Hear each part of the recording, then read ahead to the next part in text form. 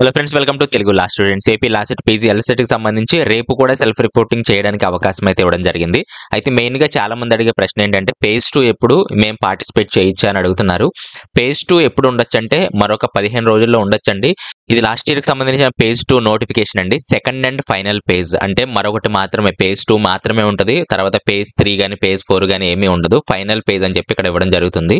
అయితే ఎవరెవరు ఎలిజిబిలిటీ అనేది ఇక్కడ స్పష్టంగా మనకి ఇవ్వలేదు, కానీ టీఎస్ సెకండ్ పేజ్ నోటిఫికేషన్లో అయితే క్లియర్గా మనకి ఇవ్వడం జరిగింది. ఇక్కడ ఒక 5 పాయింట్లు, కింద ఒక 4 పాయింట్లు ఇచ్చాడు. మొత్తం 9 పాయింట్లు నేను ఎక్స్ప్లెయిన్ చేస్తాను. టోటల్ సేమ్ అప్లికబుల్ మనకు ఏపీ లాసెట్లో కూడా అవ్వడం జరుగుతుంది. అలాగే ఏపీ లాసెట్ నోటిఫికేషన్లో మనం చూసినట్లయితే ఫస్ట్ పేజ్లో టోటల్గా ఎవరైతే మిస్ అయిపోయి ఉన్నారో వారు మళ్ళీ ఫస్ట్ నుంచి అయితే పెట్టుకోవచ్చు. స్కెడ్యూల్ ఈ విధంగా రిలీజ్ చేస్తారు. మొత్తం పేమెంట్ పే చేయాలి, అలాగే సర్టిఫికేట్స్ వెరిఫికేషన్ చేయాలి. సో టోటల్ ఫస్ట్ నుంచి ఉంటుంది. ఎవరైతే ఓన్లీ వెబ్ ఆప్షన్స్ మాత్రమే పెట్టుకోవాలనుకుంటున్నారో వాళ్ళు ఫీ పే చేయాల్సిన అవసరం అయితే లేదు. డైరెక్ట్గా వెబ్ ఆప్షన్స్ అయితే పెట్టుకోవచ్చు.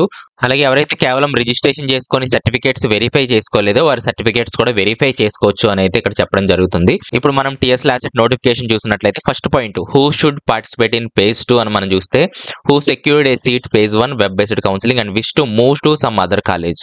ఆల్రెడీ ఫస్ట్ పేజ్ లో సీట్ వచ్చింది, కానీ వేరే కాలేజ్కి మూవ్ అవ్వాలనుకుంటున్నారు. ఇలాంటి వాళ్ళైతే పేజ్ 2 లో పార్టిసిపేట్ చేయొచ్చు. సెకండ్ పాయింట్ చూస్తే candidates who participate in page 1 of web based council and could not secured A seat. Page 1 లో పార్టిసిపేట్ చేశారు, కాకపోతే సీట్ ఏమీ రాలేదు. ఇలాంటి వారు పేజ్ 2 లో అయితే పార్టిసిపేట్ చేయొచ్చు.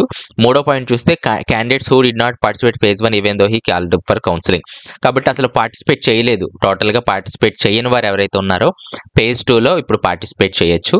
తర్వాత ఫోర్త్ పాయింట్ వచ్చేసి candidates who were allotted a seat but didn't report. Seat వచ్చింది, కాకపోతే రిపోర్ట్ చేయని వారు ఎవరైతే ఉన్నారో వాళ్ళు కూడా పేజ్ 2 లో అయితే పెట్టుకోవచ్చు.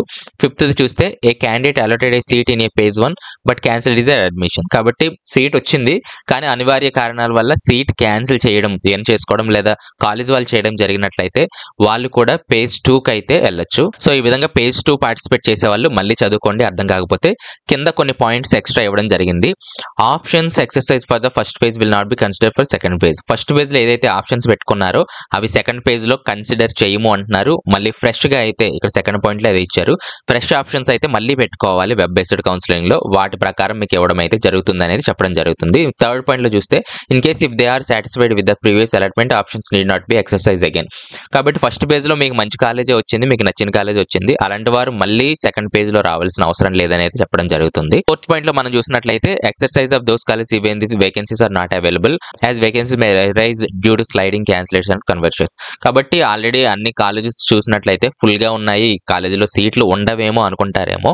కన్వర్షన్స్ వల్ల, క్యాన్సిలేషన్ వల్ల, స్లైడింగ్స్ వల్ల అక్కడ సీట్లు ఖాళీ అవ్వచ్చు. కాబట్టి అక్కడ ఫుల్ గా ఉన్నప్పటికీ కూడా వెబ్ ఆప్షన్స్ లో సెలెక్ట్ చేసుకోవచ్చు అని అయితే వీళ్ళు చెప్పడం జరుగుతుంది. అలాగే కింద ఇంకొక పాయింట్ ఇవ్వడం జరిగింది. ఇప్పుడు పేజ్ 1 లో మీకు సీట్ వచ్చింది, అక్కడ మీరు రిపోర్ట్ చేయలేదు నేను పేజ్ 2కి వెళ్దామని చెప్పి. పేజ్ 2 లో ఒక కాలేజ్ వచ్చింది, ఆ కాలేజ్ మీకు నచ్చలేదు అనుకోండి. ఇప్పుడు నచ్చినా నచ్చకపోయినా పేజ్ 2 లో వచ్చిన కాలేజే మీరు తీసుకోవాల్సి ఉంటుంది. ఎందుకంటే పేజ్ 1 లో మీరు రిపోర్ట్ చేయలేదు కాబట్టి అది ఆటోమేటిక్ గా క్యాన్సిల్ అయిపోతుంది. ఇప్పుడు పేజ్ 2 లో మీకు నచ్చని కాలేజ్ వచ్చిందని చెప్పి ఇక్కడ రిపోర్ట్ చేయకపోతే పేజ్ 2 లో ఉండే కాలేజ్ కూడా పోతుంది. కాబట్టి పేజ్ 2 లో ఏదైతే వచ్చిందో ఖచ్చితంగా అక్కడ జాయిన్ అవ్వాల్సి ఉంటుంది అని అయితే వాళ్ళు చెప్పడం జరుగుతుంది. అయితే చాలా మంది పేజ్ 1 లో మాకు సీట్ వచ్చిందండి కానీ అక్కడ నచ్చలేదు అని అంటున్నారు. మాక్సిమం అక్కడ అడ్మిషన్ తీసుకోవడానికి అయితే ప్రయత్నం చేయండి. మరి ఘోరమైన పరిస్థితుల్లో అయితే మీరు పేజ్ 2కి వెళ్ళండి. ఎందుకంటే సీట్లు సెకండ్ పేజ్ లో వస్తాయా రావా అనేది చాలా కష్టమైంది. అలాగే పేజ్ 1 లో ఆల్రెడీ సీట్ వచ్చింది, చాలా మంది అడ్మిషన్ తీసుకుంటున్నారు, మేము పేజ్ 2కి వెళ్తామండి అని అంటున్నారు.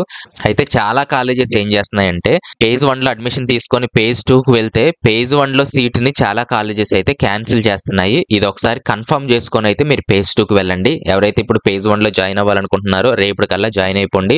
మీరు ఒక మాట అడగండి, నేను పేజ్ 2కి వెళ్దాం అనుకుంటున్నానండి, ఈ సీట్ ఉంటుందా పోతుందా అని చెప్పి అడగండి. చాలా మంది అంటున్నారు మీరు పేజ్ 2కి వెళ్తే పేజ్ 1 మేము క్యాన్సిల్ చేసేస్తాము, ఇప్పుడు పేజ్ 2 లో రాకపోతే అక్కడ పోతుంది ఇక్కడ పోతుంది, కాబట్టి జాగ్రత్తగా ఉండండి అని అయితే కొన్ని కాలేజెస్ హెచ్చరికలు చేస్తూ ఉన్నాయి. చాలా కాలేజెస్ ఏం చెప్తున్నాయంటే మీరు పేజ్ 2కి వెళ్ళండి, కానీ అక్కడ కాలేజ్ వచ్చినట్లయితే ఇక్కడ మీరు ఏదైతే ఫీ కట్టారో అది రీఫండ్ అయితే ఇవ్వము, సర్టిఫికేట్స్ మళ్ళీ ఇచ్చేస్తాము కానీ రీఫండ్ అయితే ఇవ్వము అని అయితే కొన్ని కాలేజెస్ చెప్తున్నాయి. కాబట్టి చాలా గందరగోళంగా ఉంది. బాగా సీరియస్ ఇష్యూ అయితేనే మాత్రమే పేజ్ 2కి అయితే వెళ్ళండి, లేదా పేజ్ 1 లో కాంప్రమైజ్ అవ్వండి అని చెప్తున్నాను. ఎందుకంటే సీట్లు కూడా తక్కువగా ఉన్నాయి, రాను రాను కాంపిటీషన్ కూడా చాలా ఎక్కువ అవుతుంది. కాబట్టి వైజ్ డెసిషన్ అయితే తీసుకోండి. దీనికి సంబంధించి ఏదైనా మాట్లాడాలనుకుంటే మాట్లాడండి, కానీ నేను మాత్రం కూడా పరిమితంగానే సజెషన్ ఇస్తాను. ఎందుకంటే ఒకవేళ పేజ్ 2 లో ఖచ్చితంగా వస్తుందని అయితే నేను చెప్పలేను. ఎందుకంటే ఇంత ఇంతకుముందైతే ర్యాంక్ వైజ్ అయితే మీకు వస్తుందని చెప్పగలము. కానీ ఇప్పుడు మొత్తం మిక్స్డ్ అయిపోతది. తక్కువ ర్యాంక్ వాళ్ళకి వస్తదా, ఎక్కువ ర్యాంక్ వాళ్ళకి వస్తదా, తక్కువ ర్యాంక్ వాళ్ళకి కూడా రాని పరిస్థితులు ఉన్నాయి కాబట్టి పేజ్ 2లో చాలా డిఫికల్ట్ అయితే ఉంటది. కాబట్టి ఒకసారి వైజ్ డెసిషన్ తీసుకోండి అని చెప్తున్నాను. ఇవి పేజ్ 2కి సంబంధించిన విషయాలు. ఏదైనా కామెంట్స్ ఉంటే తెలియజేయండి. నాతో మాట్లాడాలంటే కాల్ మీ ఫర్ యాప్ నుంచి మాట్లాడచ్చు. నిమిషానికి 3 రూపీస్ చార్జ్ చేయడం జరుగుతుంది. నెక్స్ట్ వీడియోలో మరొక విషయంతో మాట్లాడతాను. Thanks for watching.